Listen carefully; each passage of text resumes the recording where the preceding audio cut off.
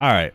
So actually, when I was briefly banned by YouTube, I streamed on Twitch, and the ban was like less than a day because they overturned it quickly. So I appreciate them for that, but things are still getting a little wonky. Either way, I streamed on Twitch that day, and I did this segment. I talked about this girl. This is the girl that I think, yeah, right. She thinks she's a girl. I don't know anymore. Whatever. Anyway, they made this video that went viral. It's at 3.4 million views right now, where they talked about how it was against workers' rights not to accommodate time blindness. And I made the video, and I after the segment, I went on, I went on my when I was editing stuff, I re-listened to a first bit of it, and I was like, I'm a little too mean. I felt kind of bad. I was like, I'm going to take a deep breath, take a step back, and I'm going to redo the segment on live because I felt bad. So let's watch her video first. Well, I just got yelled at for asking a very reasonable question. So I'm applying to go somewhere, and I just wanted to know, are there accommodations for people who struggle with time blindness? By the way, I heard that the person that yelled at her was her mom. That was my understanding. Her own mother yelled at her after the fact. It wasn't really a friend. It was her mom, I think, because she was applying. I think she might have been applying to go to a school. I don't think it was a job application. It was an application for a school. So being on time, And then the person I was with interrupted and acted like I was asking something else. And then when we were done, they actually started yelling at me and saying that accommodations for time blindness doesn't exist. And if you struggle with being on time, you'll never be able to get a job. That's just, here's the thing, right? I understand why everybody's being like kind of mean to this girl. I think it's still too mean. Like if you look at her bio, she probably she has ADHD and autism. Well, actually AUDHD, which I think is like autism, ADHD, or whatever. And I tend to believe her. There's a lot of people who are performative about it, but I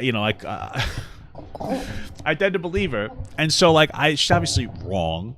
But I feel like people are bullying her so relentlessly. Like, she's on the verge of tears. It's terrible. People are giving her so much, and especially her mom, And I guess I get it. Like, her daughter has, unique issues that and the parents, of course, also deal with in different ways, right? Like, the parents are there supportive. But that's just, mean to your kid. You know what I mean? Like, you should be a little nicer. You should have been a little nicer. When it comes to time blindness, the idea of time blindness is that you lose track of time in some capacity because you're doing something. I feel like everybody has that, by the way. And you just have to deal with it. There are some issues that people have that you just have to deal with. Not everything can be accommodated. And that's because some things are already accommodated. Right? Like, let's say you're really big, a big guy like myself, and you're like, I'm really fat. I need you to accommodate me for a job. You can get a desk job. You know what I mean? That accommodation exists. Fatty. No, I'm just in this capacity, if you're afraid of being late, set an alarm. And if you get lost in the sauce when you're doing something, whether it's playing a video game or reading a book or whatever you're doing, set an alarm, set a timer for an hour. You have to kind of do what you got. And if you have to set constant timers on your phone, we have phones. The accommodation exists. I guess the only accommodation for some form of time blindness, which really is just losing track of time, that I would accept is getting more time to take a test. That's it. Some people need more time to take tests and stuff. I'm fine with that. But outside of that, we all have unique issues we have to deal with, and not everything can be, accommodated towards us. What am I like? It's like if I went to Disney, I'm like, can you guys turn off the sun? I'm bald. I'm gonna burn. No, I get spray stuff for my head and wear a hat. Provided you're trying your absolute best. Because the thing is, here's the thing. There's a mixture between accommodations and behavior. Right? There are things that you have to accommodate. But I feel like the things you should accommodate, it depends on the accommodation, right? If you're like, yeah, you could just show up late because you have time blindness, you're never going to learn to develop good habits. I guess if you're given a little bit of, but still, time blindness is so silly. It's like a silly one, you really, I feel like this is something that you shouldn't be struggling with at 20 years old, which is what she is at this point. I think she's in her, she must be 18 to 20. You should have already dealt with this skill by now. Or this issue. Anyway, thank you so much for the medium gut. But Papa Gut, if Mary wasn't late, Jesus would have never been born. Wow. That's a good point. Mary suffered from time blindness. You ever think that Mary was just maybe lying? I never had sex before, Joseph. It was Jesus' baby. Or it was Jesus. She named it after the pool guy, Jesus. You ever think about that? Has anybody ever thought about that? Okay, it's something to think about. I don't know if you've ever thought about that. And then they're like, your stupid generation wants to destroy the workplace. And yeah, I think that... Maybe. Yeah, it's so interesting too because like the workplace sucks for people who work in a lot of different ways. But then I feel like the younger generation just doesn't understand why. They just know it because their parents tell them or they hear it, and then they're like, "This sucks. I work at McDonald's and it's terrible." And it's like, do you know why though? It's not really that bad for like you guys. It's bad for the people who those are their career jobs getting fucking bent over a barrel. You know, that's why people don't really listen to the young people who complain about how broken the generation is, because you never really like experienced it. You've never really like learned it. Like I'm more willing to listen to like the 40-year-old dude working 2 jobs about how much life sucks than the 18-year-old that couldn't even hold a job for like 2 months. You know. Thank you for the 6-month sub from Kat. I'm a late person, but I take responsibility. Very good. You're always late to the stream, so take responsibility. Set a timer. Set an alarm for when my stream starts.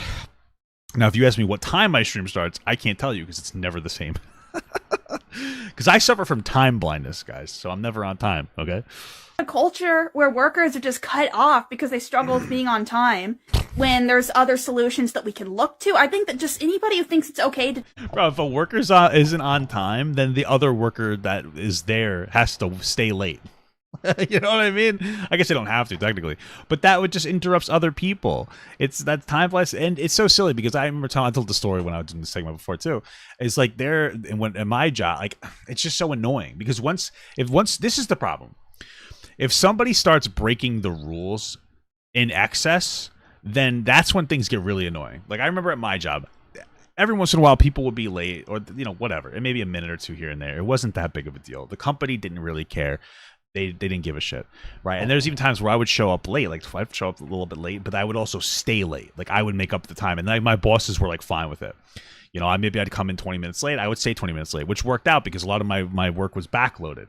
You know, I worked from basically 1:30 to 10, but my guys didn't come in until 6. They worked 6 to 10. It was a part-time job for them, but it was full-time for me. So I'd do some work during the day, but a lot of it got done at night because buses are still out and their buses are coming in. They need to get clean. Right. And so like if I stayed 20 minutes late, that was infinitely more valuable than being on time in that capacity because it's, but I was able to be flexible about it. So I didn't have to do it all the time. So a lot of times I would stay a little bit late throughout the I would do a little bit of that throughout the week. And I would definitely make sure to stay like late on like a Thursday, and maybe I'd come in late on a Friday, and it was like totally fine. They didn't care because I was able to get everything done on a Thursday. And then Friday was just like kind of like an extra day to do whatever other bullshit that we had to do.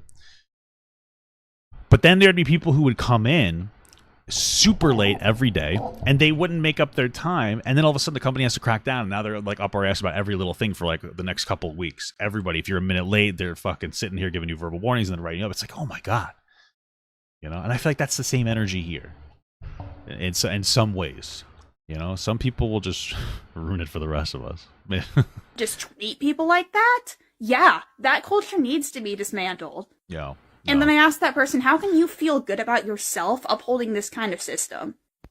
And then Mom, how do you feel upholding the system, Mom? Think I'm entitled. No, if people think it's okay to treat others like this, that's entitlement. So I just got... So yeah. I feel bad for this girl. She's crying. You could see the tears are in her eyes, and people are really like shitting on her.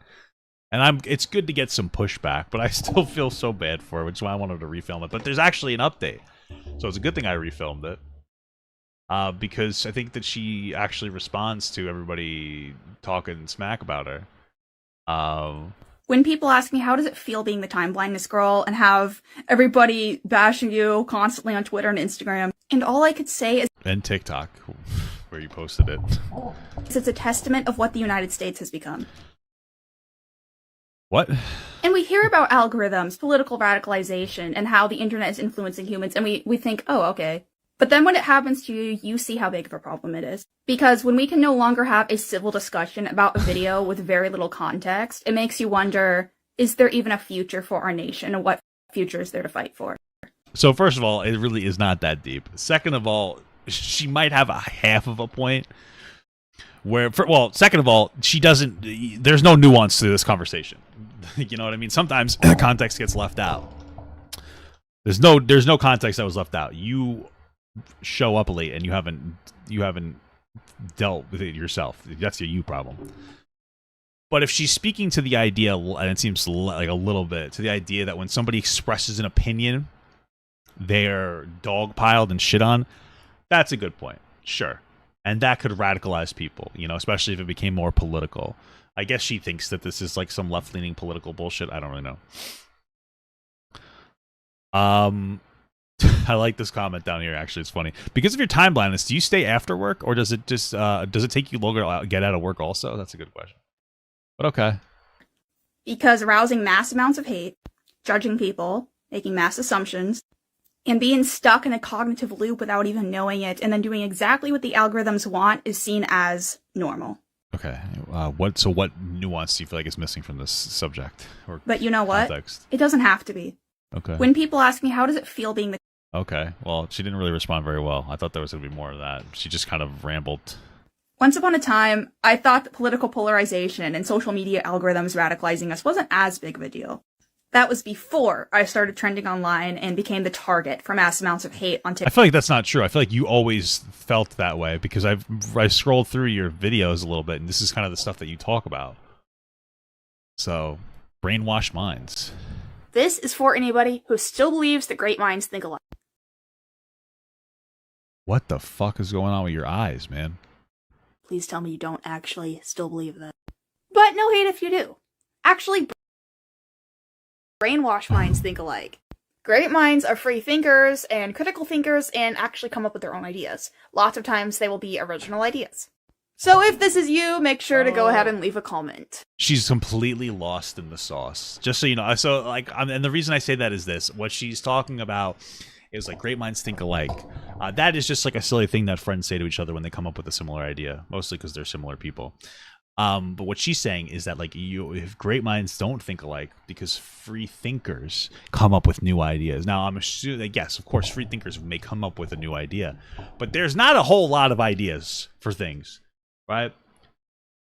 In general, to me, this almost suggests almost like an anti-woke talking point. Where it's like, if you're free thinkers, go against the flow of what society thinks about specific topics. And considering she's a conservative, I think that that's probably true. Because there is like a general feeling, a thought, or perspective on a lot of different things like climate change, or abortion, or trans people, or gay people. And it's very affirming of those things, right? And I agree with that. You know, we shouldn't affirm climate change. We should try to counter it. We should be affirming of LGBTQ people. Abortion should be illegal. I think she's also pro-life. Excuse me one second. And I think what she's speaking to, and again, I've perused other of her content, so that I'm pretty sure I have the right understanding of it, is that being with the status quo and believing all these things isn't necessarily right, because other people believe them, so they must be wrong. That's an anti-woke talking point. There is an issue with people, especially progressives, and not understanding why what they feel is right is right. Same thing with conservatives, by the way. A lot of times conservatives will be like, because God said so. And progressives will say, because that's what they tell me on Twitter.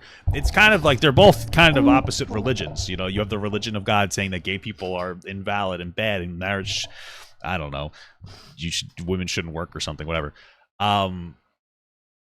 And then progressives, like, they believe what they believe, but they don't necessarily know why. They're not necessarily wrong, but they don't know why they're right. And it kind of leads to this whole thing where people aren't very educated on their perspectives on stuff. So when they try to get pushback, they just can't. And it leads to over-censorship because people can't actually engage with ideas intelligently. They just, like, know how to spew an idea, but they can't defend as to why something is valid. They just take it as fact.